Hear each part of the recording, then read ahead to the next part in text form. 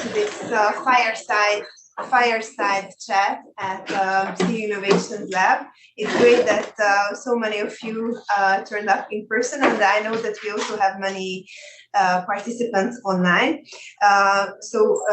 First of all, just a quick introduction. My name is Laura. I'm from the iLab, and I have Esther Fabritsky here with me. Esther is a PhD candidate at CEU and also an MBA, and she's doing research, comparative research about the Israeli and Hungarian startup ecosystem.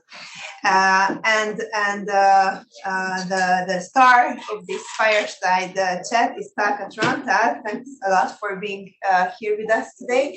So Tal is he has established accelerators in Israel and around the world, and he has been helping startups for decades. So he has a very extensive experience about many different ecosystems. But the one that he knows the best is, of course, the Israeli, that we can learn a lot from. So Tal, thanks a lot again for coming.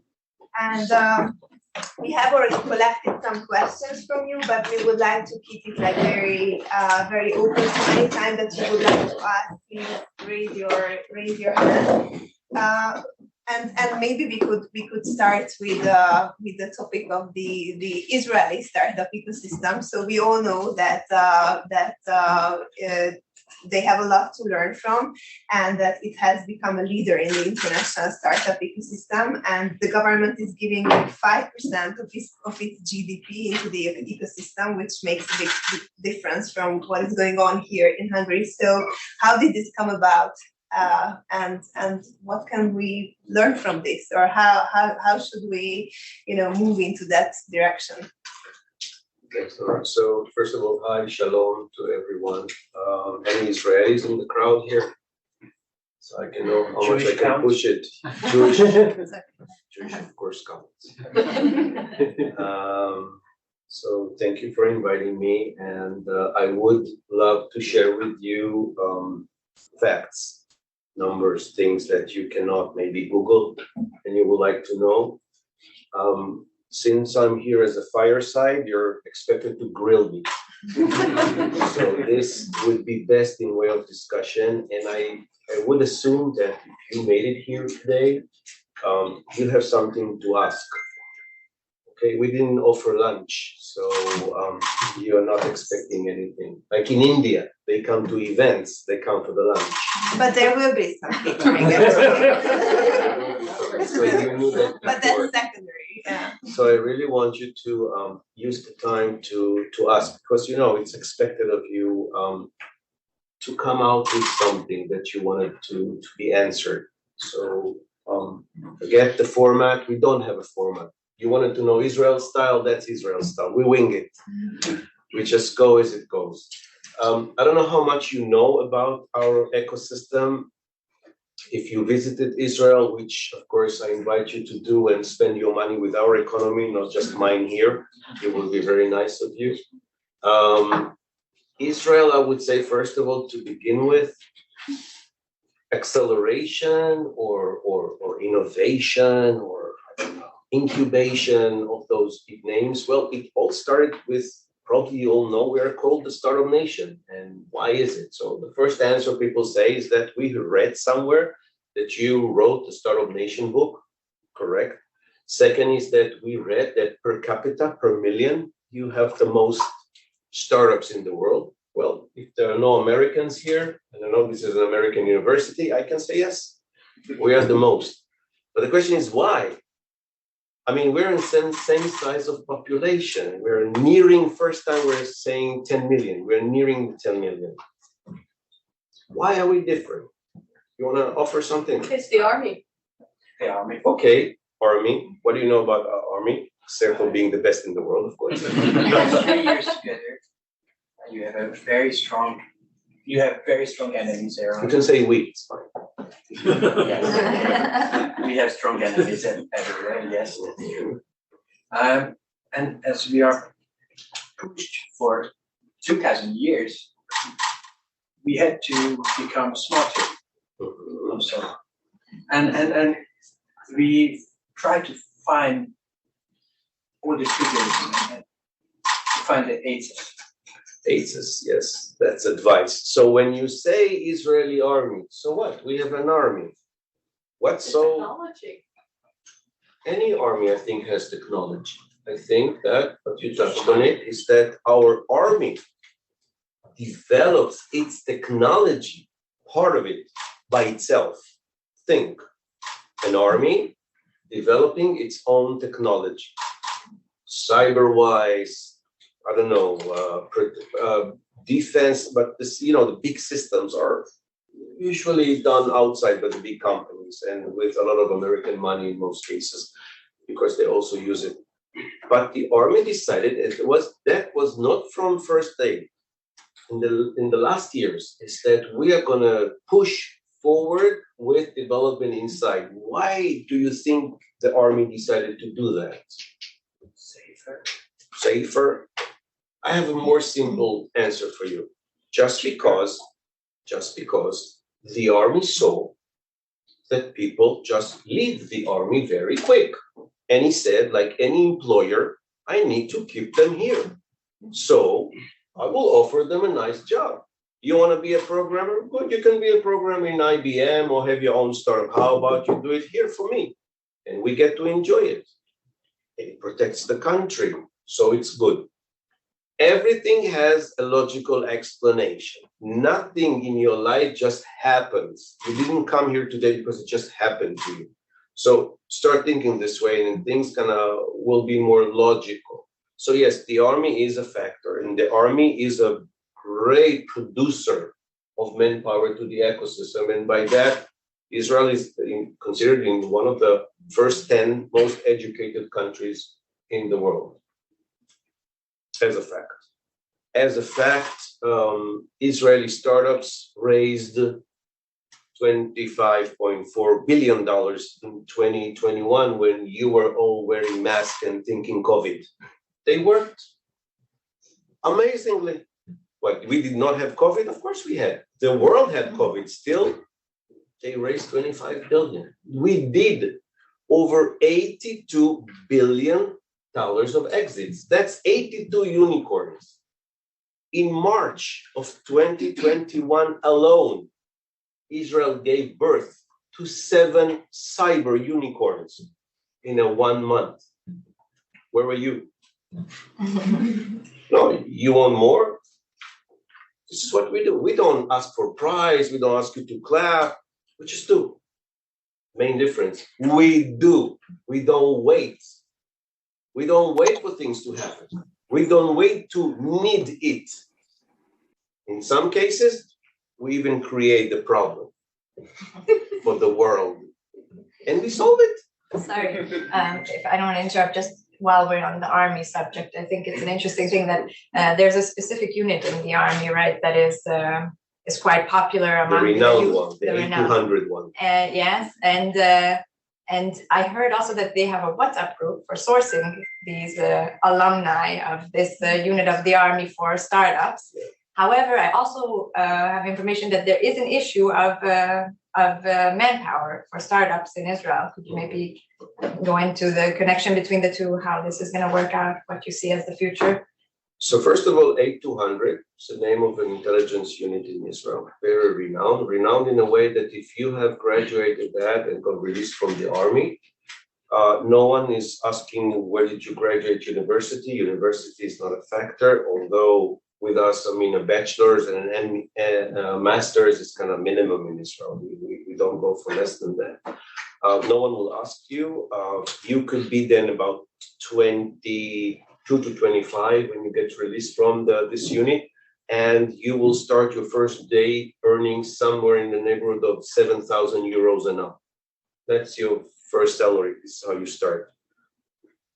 Don't tell me I know what's going on here. So yeah. Quite a lot of money. For that matter, all the big internationals are having their own R&D centers in Israel. Do you know that Microsoft and Intel in Israel is the only location for those companies where decisions on level of cooperate can be taken? Nowhere else in the world you will see the CEO of Intel says that Intel is as much an Israeli company as it is American company. This is how deep we go.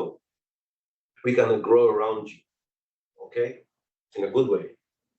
Money, well, we're Jewish. Money is no factor for us. We will always be rich. This is why the world loves us so much from decades, from history. Okay, so raising funds in Israel is not that big of a deal. We have more than 8,000 running startups. And going back to the question, so yes, issue of manpower is worldwide. Maybe except of Ukraine, which is near to disappear, okay? Studying how Putin wakes up tomorrow morning. In any case, we also outsource a lot worldwide. We'll look for manpower, A, because it's very expensive in Israel, and B, because the world is also very talented. We don't own everything in Israel. So those guys who graduate this unit, they will find a job in a heartbeat. They don't actually look for a job. The job looks for them and recruits them. They earn a lot of money, which is just to say that they are not for everyone. For sure, not for a startup that doesn't have money. You say Silicon Valley, they don't have money to pay for the taxi to go to the airport, let alone fly to the US, but we don't need, because we're another star on their flag anyway. I mean, we raise tons of money from Silicon Valley, or for that matter, from the US. It's a talent. It's a talent that we have. Why? It's because, I don't know, we don't talk too much, we just do. You will see Israeli startups, they come up with an idea, they go stealth mode, and they come back, surface, with a solution. Maybe different than other places where they're more dealing with the presentation, how the logo will be, and if they have the right slogan. Don't waste time for this. Who cares? You mentioned the unicorns as an important KPI to show this. Én nem akartam már, próbáljuk nyitni az ajtót, aztán nem sikerült, és aztán nem akartam. Nem sikerült. Someone hacked the Zoom. Megyünk, amikor vége van, akkor most egy kicsit nem tudom. Éppen nézzük, és akkor a végére meg...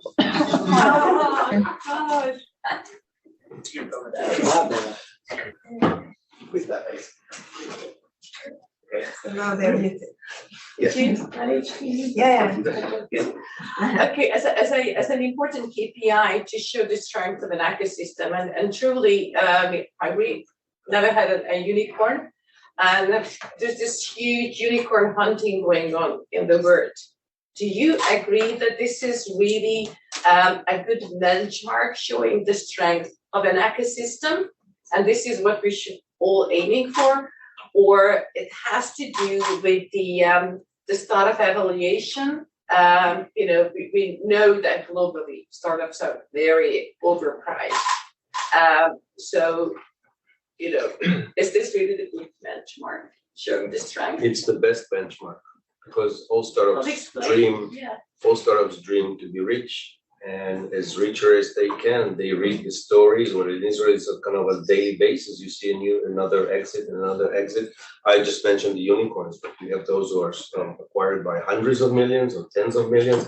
No one acquires a startup for 6 million. That's not even a number. Our VCs, to become a VC, you need a minimum of 75 million to say I'm a VC. Okay, so just understand the numbers, and we are same inside. For that matter, how big do you think the high-tech and startup ecosystem of Israel? Okay, we're 10 million, but it's not 10 million in these startups. The entire ecosystem, the numbers I have mentioned, were achieved by 350,000 people. That's the entire ecosystem for high-tech and startups. Can you imagine? Can you imagine being Chinese in your size or Indian and listening to me speak? That they want to kill me or hug me or break into me, or just, what's the secret? How do you do it? Well, you want to live my life? Come, live in a state of war. Wake up in the morning to the sound of sirens, or maybe in 3 in the morning, and rush to a shelter, which every house has inside currently now by law. So we build the buildings. So one of the rooms in your apartment will be a shelter. with a steel door and steel windows and everything. You want to grow this way, fine. You want to see your kids shouting, running out on the table, come to Israel. It's a great place to be. Still, when you walk around, you will not see soldiers or police. Why? Because we have a ton of technology taking care of all this. So yes, we know, like, okay, so I'm 52, okay? I served the Navy for many years, and I still do reserve. So 30 days a year, I disappear somewhere, which is great for me. No one can reach me. My phone we cannot bring the phones. It's closed, so you kind of surface every few hours, just check messages, and that's it. Okay, this is, yes, part of who we are in a way, but still, are you ready to live such a life where everything is about sense of urgency? We don't know tomorrow. We're not 100% what will happen, but so we live very much the today. And what I did as an 18-year-old recruit, of course I will not do today. I have much more responsibility today. So I will not jump on live grenades. Same are startups. Startups are young. Well, in our case, they're really young in age. In your case, maybe in thought or in maturity in a way, not to offend anyone. I'm saying startups are young, period. Well, the dream of young people is, I think, to become famous and become rich. So it's kind of really helping them, but you don't need to motivate because we have a secret sauce. It's called the Jewish mother. And the only difference between a Jewish mother and a Rottweiler is that the Rottweiler lets go sometimes. And the Jewish mother relentlessly pushes you to be, for years it was to be, you know how a Jewish mother presents the kid. That's I don't know, Tal, he's 4, he's going to be a doctor. That's his brother, he's 6, he's going to be a lawyer. That was the Jewish mother's dream. Now, she wants him or her to have a startup, and when they don't, she kind of, I don't know, she's angry. She says, what's wrong with you? I mean, the next door neighbor has a startup. What don't you have a one? Where maybe here, if you go home and say to your parents, hey, I have this amazing idea for a startup, they will say, startup, schmartup, get a real job. Because what is a startup equals a bum, homeless. What is a startup? It's 96% failure. Okay, 67, 97, 96, 94, who cares? Go to a lion's den. Your chances to stay alive are bigger than a startup, which 96% is that he will shut down first year of operation because everything goes against him. Everyone is more clever than him. Everyone has solved this problem 100 times. He is broke, doesn't have a cent to his name. Still, he needs to wake up in the morning and with everything on top of him, work, commitment, I don't know, family, rent, whatever, come up with a technology. And this is why we go in way of the technology before anything else. A startup is first of all people. Next time you ask a startup, it's people and then technology. No technology without the people. People need to be educated. Education is also on part of entrepreneurship, so much so that, of course, all universities and all colleges in Israel, first of all, have their own acceleration programs. All universities right now have commercialization companies, LTD, fully owned by the university. Their job is simple, to look for the researchers' work on the shelf, take off the dust, or deal with the startups in a way that they will open companies on the outside, they will raise the money, they will have joined. By the way, the students in Israel, when they sign for the university, they also sign that in case that during their studies, their project will be turned into a startup. First of all, the university has ownership on the IP and the professor, part of the research, let's say. They own part of it. And of course, the majority, which is 60 or 70%, in some cases, not more than that, is owned by the student, by the entrepreneur. But he gets a lot of help. First of all, he studies this. I'm saying this because currently you get a diploma of, mechanical engineer and entrepreneurship. It's almost a requirement. So in the competition between the academic institutions, they need to show that they can also offer entrepreneurship studies and preferably an accelerator where you get to practice it. Then we learn that first and second year students, they just don't have the time, the capacity. So we said, hey, you're not invited. 3 and 4. To the 3 and 4, we said in the beginning, okay, come up with your ideas. But then we learned that to do your project for the diploma and the startup is impossible. So we choose the good projects, which will become also startups. So I started this in 2013. In many things in Israel, as was told by Nora, I'm like the beginning of time. Also this understanding, this maturity process of understanding how an academic accelerator should work. For instance, I thought it was a great idea to have the students and alumni, and then I learned alumni you should restrict to a certain time. The university really liked it because the alumni coming back started to take night courses and bring money because they pay for the program where the students get it for free. The alumni paid to come because they had graduated. But then I thought it was a great idea to get some of the university staff on board. But then I learned, like in the Israeli army, that you cannot rub shoulders when your professor is a startup by 2 hours of the day and then he needs to lecture to you. This distance thing is kind of not good for them. So we took them out, we took the staff out, and we made a program just for the staff, for them to be together, and the students and alumni are separate. No one taught us this. We didn't know to copy it from anyone. We did it. And again, it runs like a start, like our government will invest like any other investor. Our government will look for an ROI. So you understand, from the 82 billion, government takes about 30% taxes. This is the money coming back to the ecosystem. 4.5% of GDP, it's currently 300 billion or something. You know, India's 0.00001 is what their government gives to the ecosystem. And they bring me to tell their government, Modi ji himself, how we do it different. But it will not help. It starts with people. It starts with people. It's because probably in this event, and I've seen such event in Europe, this event will end. We will have a networking. I will stand outside. No one will reach out to me. You will speak between yourselves. You will laugh between yourselves because you haven't seen yourself for 5 minutes instead of reaching out. And this is major.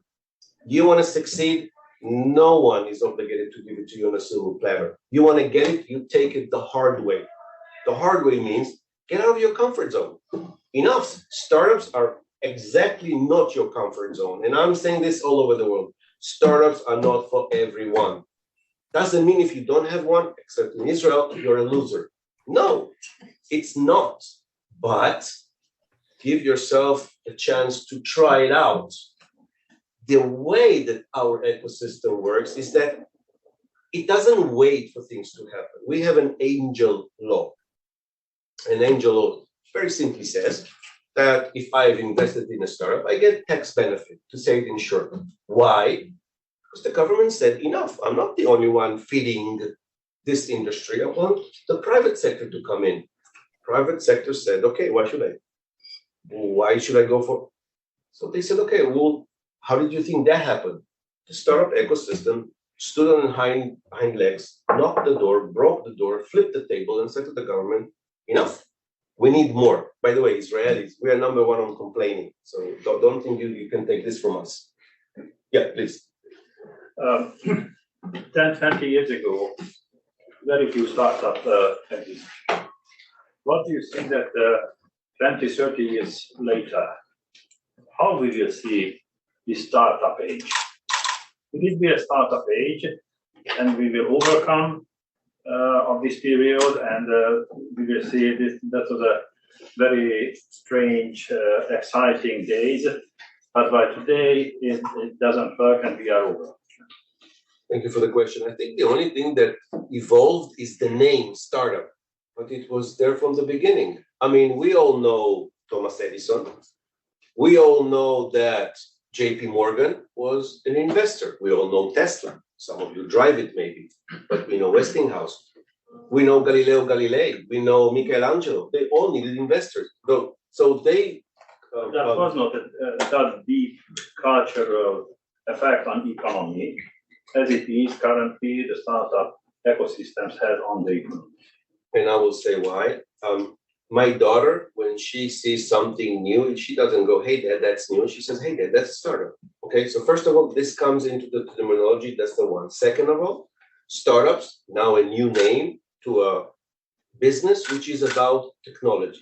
So for that matter, our innovation authority will invest or will allow a startup to join an incubator by the government, looking for two things: innovation and technology. Now, I'm not dipping into what is what. We all kind of understand what is innovation. It doesn't need to be new, not like never seen before.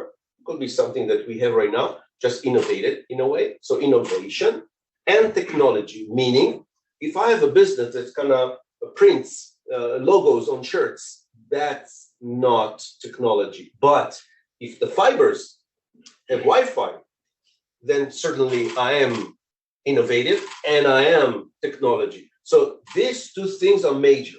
A new thing that happened lately is that the government says, not enough. I want you as the startup applying to participate, also show me that you have business and marketing skills, which are taught in university and then taught in real life. I don't think this startup thing is going to disappear. Same as I don't think being an accelerator guru. So I don't know if you know, I have established 17 accelerators today. As a private person, as an individual, no one open. You see, I don't have hair.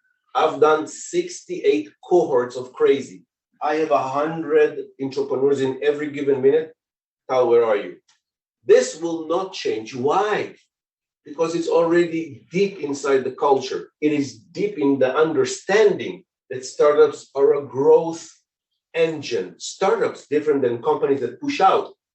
Startups invite, startups take in. When you don't have the money, you cannot adopt a different economy that you need around you. Problem is, ask startups here, how is it to find investors? What is an investor in Hungary?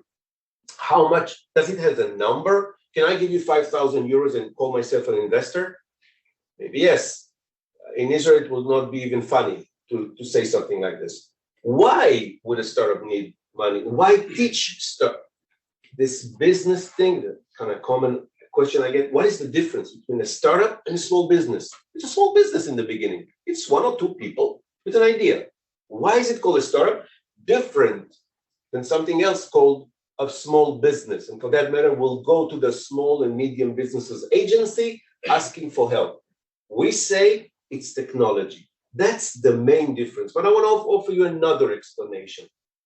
I think that small businesses start with someone who worked for a period of time in the industry where he opens his own business. So I work for, let's say, a hairdresser. I just worked there. Then I opened my own salon. It's a small business. I was a salesperson in a clothes shop, and then I became the owner of Zara, for instance. Different than a startup. Why? How do I know? Why would startup need to do a market research? Because they don't know the market. Why would they need to go to validate the problem? Because they don't live the problem. They heard about it, most cases, and kind of come up with a solution. Their ability is to come up with an innovative solution and hopefully develop it. This is why startups are very bad in management and business.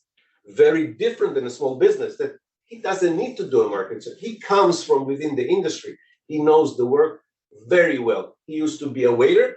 Now he has a restaurant. He doesn't have a beauty salon. He goes there. Different than startups that have no idea about what's going on around them, but are brilliant people on the ability, A, to sell you a dream. And let's face it, I mean, what do startups have to sell in the beginning? A dream. Wishful thinking. Lots of promises to whom? Investors, gamblers. Why would you think giving the money to a 25 or 30 years old person that didn't do anything for his name makes sense to you? I don't know. I do it, so I don't know even to explain for myself. But in every given minute, I have my own startups, I run my own accelerators, and I'm an angel investor. Lucky for me, I get to invest in what I grow in my programs, since I have so many of them. Some of my programs operate in Europe. Like from here, I will go to Lithuania. for a program which runs under the Innovation Authority government of Lithuania with Vilnius University, same as we have one in Kaunas, okay? And I'm coming here, I just did a 2.5-day stop in Israel from Azerbaijan. Similar population, I mean, Lithuania, 3 million, it's like a neighborhood, but Azerbaijan, same size, lives very well on gas and oil, very rich on gas and oil, but their decision is that the sea is gonna dry. And they want to move to technology. Culturally, a big leap. Technology, a big leap. Starting with education. Everything starts with education, which is why my program currently, and I'm the chairman of the board for that program, is under finance and under the Ministry of Education. Universities are the main manufacturers of manpower worldwide. Problem is that the universities and industry don't talk. This one is saying to this one, first of all, did you ever reach a professor and tell him, listen, I need you to teach this? What the hell are you? You're gonna tell me, I need my academic freedom. I will teach what I need to teach. No, you don't. Why? Because if right now what you're teaching is programmers that will do C#, .NET, whatnot, instead of Python for cyber, you're wasting time. Those people are going to be unemployed very quick. When those you're going to lack and going to say, we need to outsource.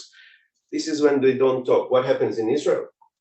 Those industrial companies, those IBMs, Intels, they open their own academy. All of a sudden, you have an IBM academy. Why? Why do you think they're going to make money on it? No, they said enough. I hear you. Don't need you. I will solve it myself. This dialogue is so important. This is why part of my academic accelerators, which I established 3 of them, have a panel where the industry comes here. The audience is much bigger auditorium, yes. Students and professors, they benchmark, they pitch to the audience, they leave the room. Then the audience is asked to submit an idea. I take the idea, I go back to the industry and say, hey, this is what I have. Which one do you like? Once they say this one, we call the team. The agreement is very simple. The students, while working on the project, gets a small salary, securing his job, by the way, by doing so. The industry pays the student, but also enjoy the professor on board. In the middle, there is IP to be registered. And this is how we grow very interesting projects in cooperation. Does it work too much? Well, in some cases. I would like you to see more, but just to say this dialogue, I think is crucial. Did I answer any way? Part of it. Part of it. I will try to hear more. I think that we are sitting on a funding flood. What now? On a funding ocean. Okay. Excessive fundings, and which comes from partially from the growth, partially from the stock market, partially from the bitcoins and all this stuff. And there is a much more available fund which can be used for high risk investments.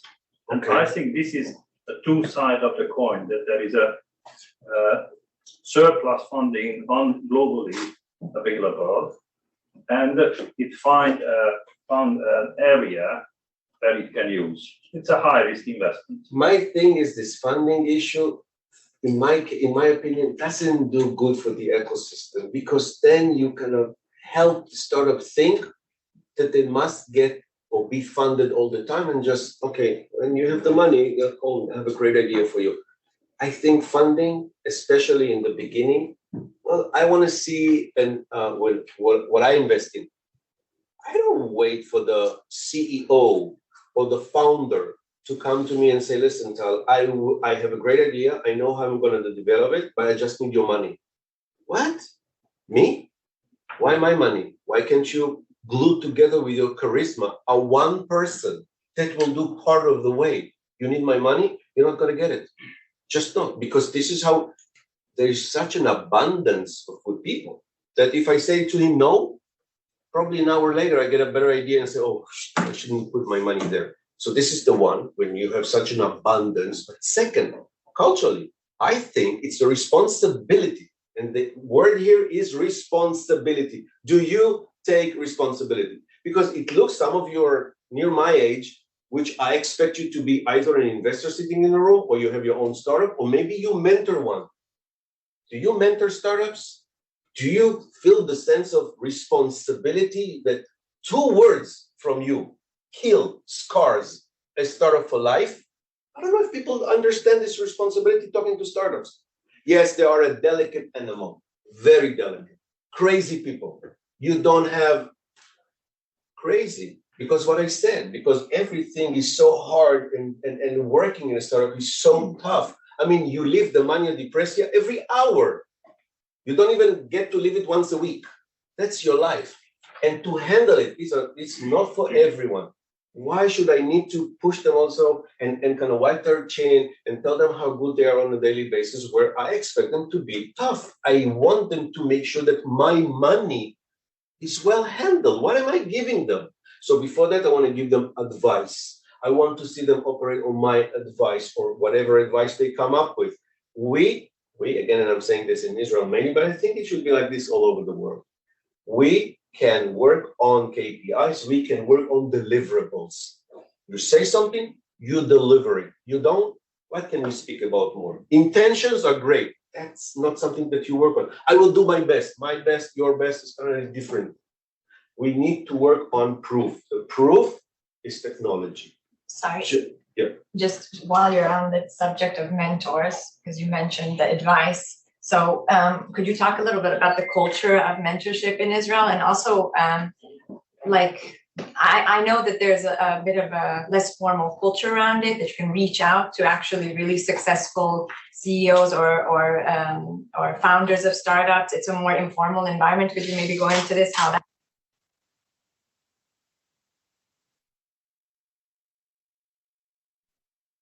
Care what's his position. He can be the prime minister, he can be the head of Intel in Israel. I just call him. I don't need to be introduced or excuse myself 900 times from disturbing him. Why? Answer, right? Why? Because I think I'm bringing him a great opportunity. He should be very happy and lucky to think, and hey, I'm talking to you, and you have an amazing idea, and thank you so much. That's need to thank me too much. But the understanding is that when you're prime minister, he's a startupper, but for his own name. I mean, the guy did a $400 million exit. Of course, he knows what the startup ecosystem is all about. Of course, I can reach out to him. Of course, I can take selfie pictures with him. You don't do that in Azerbaijan. Better don't try it. You don't even get close to the minister, because he's surrounded by 100 people and cameras and everything wherever he goes, and everyone hold their breath when he looks at you. But in Israel, it's very much different, because it's like this army buddy or whatever buddy, and there is no. I mean, this is for you guys. We don't wear this. I mean, we had hot summer, and cooler summer. Why should I need this or all this politeness? And I'm saying to you what I want, and it's very direct. And either we like one another or we don't like one another. But you are not born a mentor. Same as you're not born a university professor, or for that matter, a pilot or I don't know, a doctor. You need to learn. Where's your mentor school? Let me help you. You don't have one. You have one here, but you don't have one anywhere. By the way, for that matter, we say. No mentor school. Where's your investor school? Oh, school of life. Get out. It doesn't make sense. You need to learn. Startup, at least, have an incubator, an accelerator. And for that matter, people ask me, how do I choose the right one for me? Simple. Tell me who runs the program, and I will tell you if it's for you or not. Because accelerators rely on the manager. It's a one person. This is why when someone asks you, if you ever give a price proposal, how much is it? Say a 1 million euros, even if you want to say a 100 euros. Because on the 1 million euros is a one decision maker that signs on the 1 million. On the 1,000, 10. So think big. Think using more what I say, we're the best. Did you hear it? You don't even budge. You don't even flip. I say to you, we're number one. We lead the. You don't even Google it. I can tell you whatever I want. But the thought that you are the best at what you do, and the way you say it to people, well, first of all, you believe you're the best. It really helps to radiate outside, which is for you people, or you just don't care, or you just can't tell it because you're not sure. Enough with this being sure. See how many men are here. Where are the women? Why is startup ecosystem worldwide has 6% participation of women? In Israel, it's 8. Now you will not Google it, so 9. A lot. It's ridiculous. Why? Here it's 11. What? Here it's 11. Okay, so we're at 12. So what just want to say? Just to say on the topic, why is it? And then you get this simple excuse, well, pregnancy, well, that's not it. Women, I'll tell you why. Because you need to be, when you see a job offer and you go to the prerequisites, if you're not 100 of 100, you're not applying. Men, 20% is enough, 80% we will take along the way. It's that kind of a mindset. Startups are all about failure. And let's face it, we are kind of accustomed as men to get the no. We're less accustomed to that. And which makes it more difficult for you. Wait, but I want to say that in Israel, by law, a board of any company needs to have women in case they have just men, or men in case they have just women. We decided that we're going to act on it, right? A second is that our government gives incentive to companies, especially startups, owned by women, meaning at least a third needs to be owned by a woman, and then they can apply, only women can apply for such funding. You have in the audience startups, many of them are technology based. We also have, angel investors from the Hungarian Angel Association, ecosystem builders. What would be your advice to startups who think they validated or they actually have validated their technology, a product in the market, and would like to expand to your ecosystem? What is the best way to connect with your really mature and advanced ecosystem? I would say, first of all, don't come to us. Don't come to us. It's too much for you. I think you should start here because the opportunity are much. In Israel, the competition is impossible. It's not even near impossible. It's impossible for you. Second is that culturally, there's a gap, huge gap, and you will find yourself very frustrated from trying. I would not say it, of course, to the angel investors. I don't know where they are here, but angels are, for my eyes, business people like me. And of course, we can and we should work together, syndicate, or even jointly invest. It makes a lot of sense to have a kind of a mixture. You said, so if you're a startup and you have validated your technology, saying this, I just get tired from just thinking about how long it would take you to validate the problem, validate the solution, make up a team, develop an MVP, go to a first adopter, deploy, get a feedback, I don't know, adopt, change, do whatever, and then get someone to pay. That's long, okay? But if you reach this point, first of all, it says something about you. Second of all, I would assume that if you're in this stage, you have developed something that for sure your near ecosystem needs before coming to Israel, which is, again, inside of population, not that big, but you will find, let's say, a more open ear or more attention if you have good technologies. That said, angel investors, we all know that we like to invest a bike ride away from the office. So to bring money of private people to a remote, or let's say out of the country startup is not done. This is why we are part of the US. It really helps us to get their money. VCs, you will find in Israel VCs, which kind of go from the micro ones that will give you those small checks that you want. I would say in the neighborhood of 250 to 300 and up. We have already such VCs. We've never had them before, but in the last, I would say 5 years, we see more of those, one. And then up to the big ones who will give you those round seed rounds, which goes to 5 million, round A, which goes to 10 million and beyond.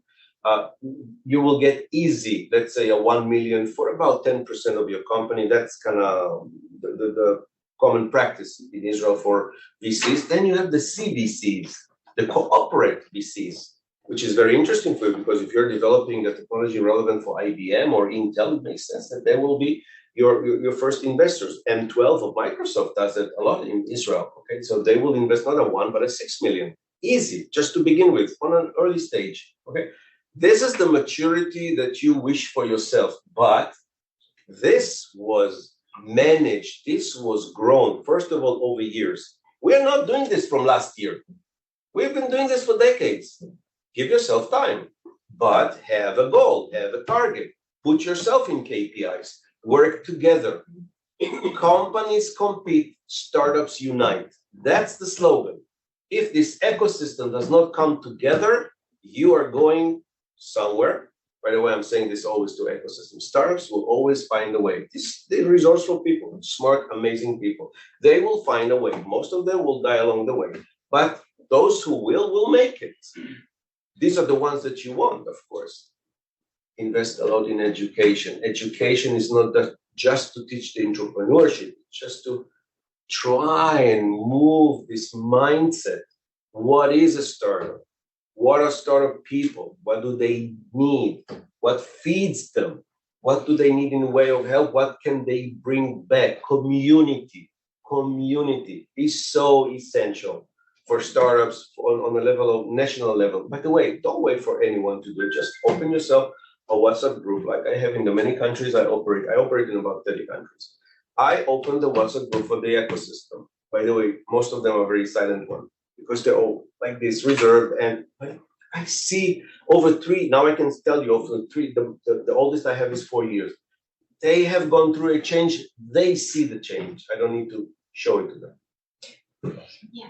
So I was wondering, like, what is the level of, like, investors in different regions, different countries require different levels of control in startups? Of control. In startups. Yes. Yeah. And where do you see is a good level of control, not to kill the creativity of the startups, but still have some like idea what they're doing with your investment? And how does that work in Israel? It's a crucial question in a way, and even if I would tell you how Israel works, it will not come to show anywhere here because it's on the individual person, whatever his history is, what he comes with. But when you as a startup reach an investor, your understanding as a startup is that we're the smartest. I'm going to show this person the technology. Of course, he understands very quick, and I'm going to get invested. No, it doesn't work this way. Now, just give it to you. Let's say I come to you with a proposal. I have a startup. You listen to me, and you say, first of all, the person speaking to me makes a lot of sense. I like him. You have such like you like me right now. So this is a knowledgeable person. I will definitely do business with him. Good. Then you listen to the technology and you say, well, I'm not a 99%, they're not technological people, they're business people. So they will say, listen, but I heard about it. Like I know, like, I don't know, crypto, cyber is a big word. Okay. I like it. I don't know exactly what it does, but I like it. Then you tell him, listen, I want you to give me just as a 10,000 euros. So for him, the 10,000 is like 100 for you. Better be a 10. A 10 for you. Not big money. And then you say to yourself as a startup, what takes you so long? You liked me. You trust me, and it's small money for you, and the investment doesn't come. What startups don't take to consideration is that in the end, it's the business of people. They're speaking to people. What is this level of trust, which is more to say, I trust you, that a person needs to invest in you, to become an investor. And then would be the level of his involvement. So if what you're raising from me is 1 million, and I have 500,000 in the bank, sorry, I have 1 million, you want 1 million, okay? But I have in the bank is 1.5 million. I'm giving you the majority of my money. How much control would you assume I will have? I will be here. I will not let go. Don't take the money. It's not for you. So you understand, if you want 1 million, take someone that this million is like 10 euros for you. This is a person who will say to you, first of all, I got you. Then he will say to you, I did not come on board to run the company. No investor wants to run the company. Not because of anything. He doesn't want to. He wants you to run the company. Why can you show us credentials to run a company? Can you manage a 1 million? What's your credentials? What was the last budget that you had, aside from the birthday when everyone brought you some money? What was the budget that you ran exactly? Your salary? Do you know how to run a million? Do you have technology knowledge to run an R&D project? And you're asking me for the million. Where is it going? I know that you have a CTO. Come on, a CTO. Someone who knows to do Wix. I don't know. CTO. On the weekends. What's your engagement with the person exactly? What happens if tomorrow morning he goes and says, I'm taking the code with me? Where's my money? You will look at me and say, I did my best. Well, your best is not enough. When I'm giving you my money, what do you give me back? I will give you equity. I don't care for your equity. It's not even worth the paper that you write it on.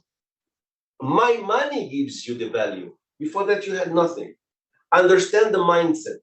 You speak to investors, you think investors think like you.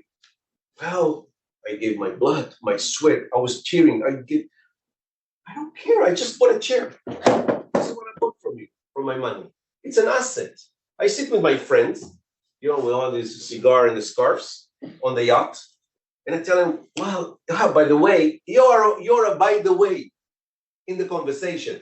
I invested in this startup. What's the name? I don't remember.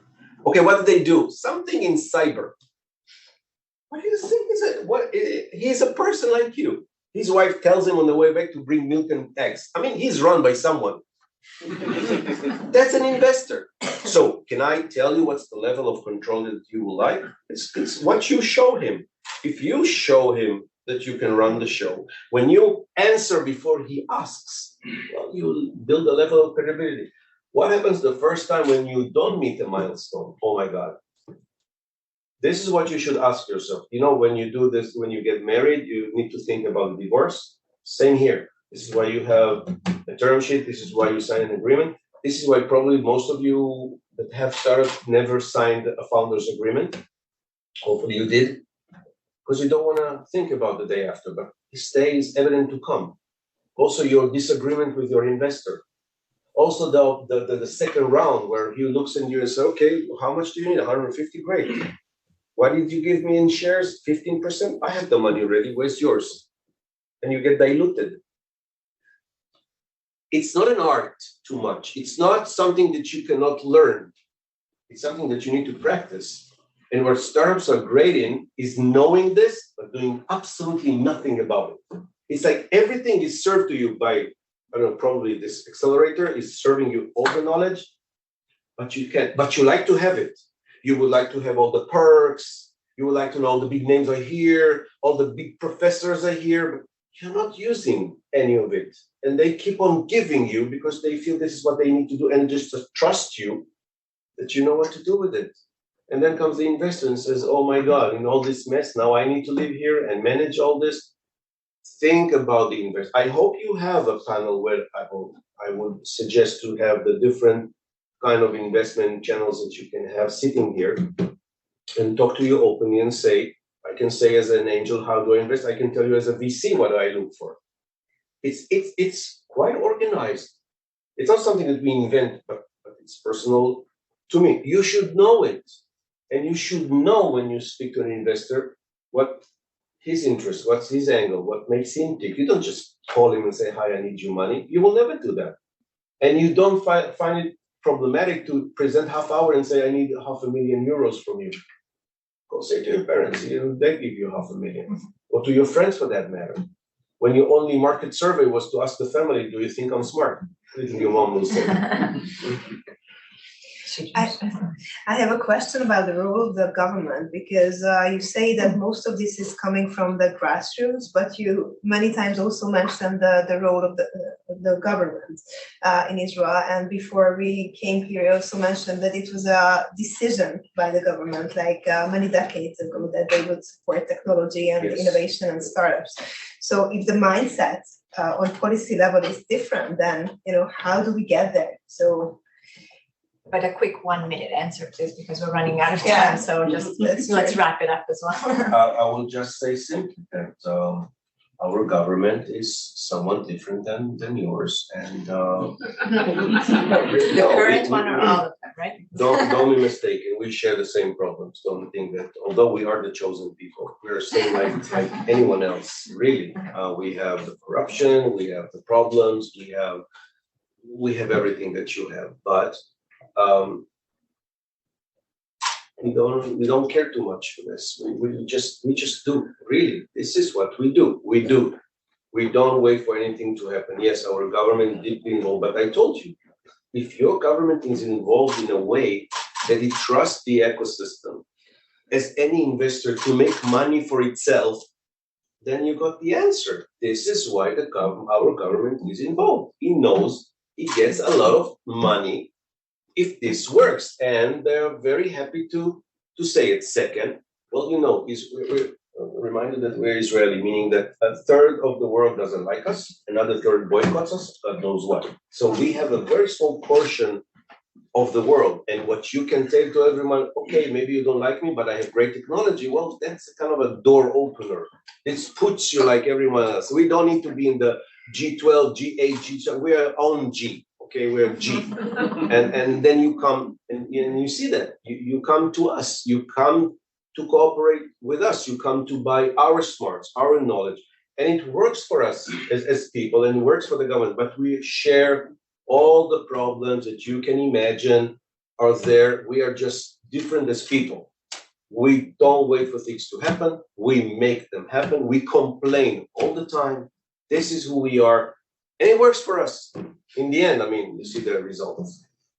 Tal, we need to wrap it up this part of the program. Sure. And let you have your network fill up your Hungarian No one will reach ecosystem. out to me anyway. It's fine. Yeah, so let's show Tal that we have You all don't the challenge them. ideas. They don't.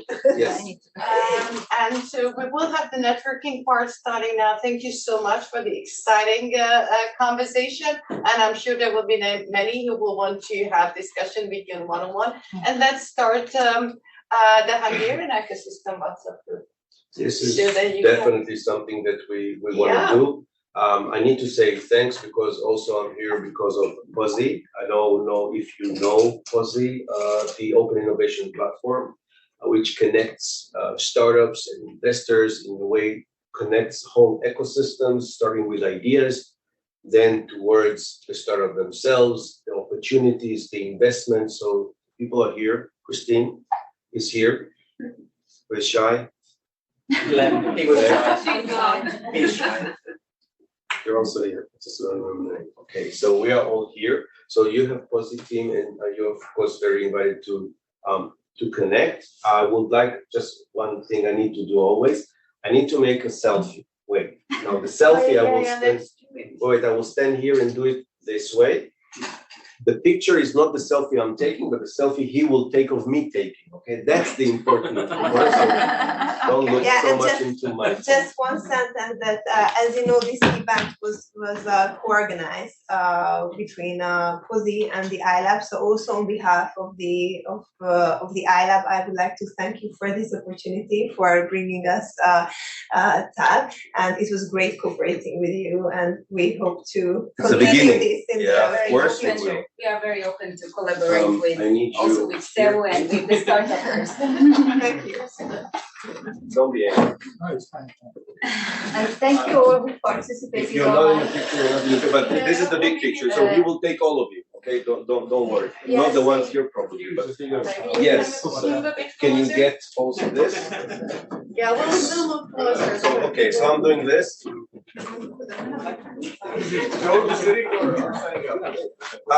However you like it. I mean, again, the picture comes. Where are you? You're here. Is that okay? Like this? Yeah, I do. Like this. More. Okay. Right. Oh, they're smiling? I don't see. Yeah, we all smile behind our masks. Perfect. Thank you so much. Thank you. Thank you. Thanks for my time.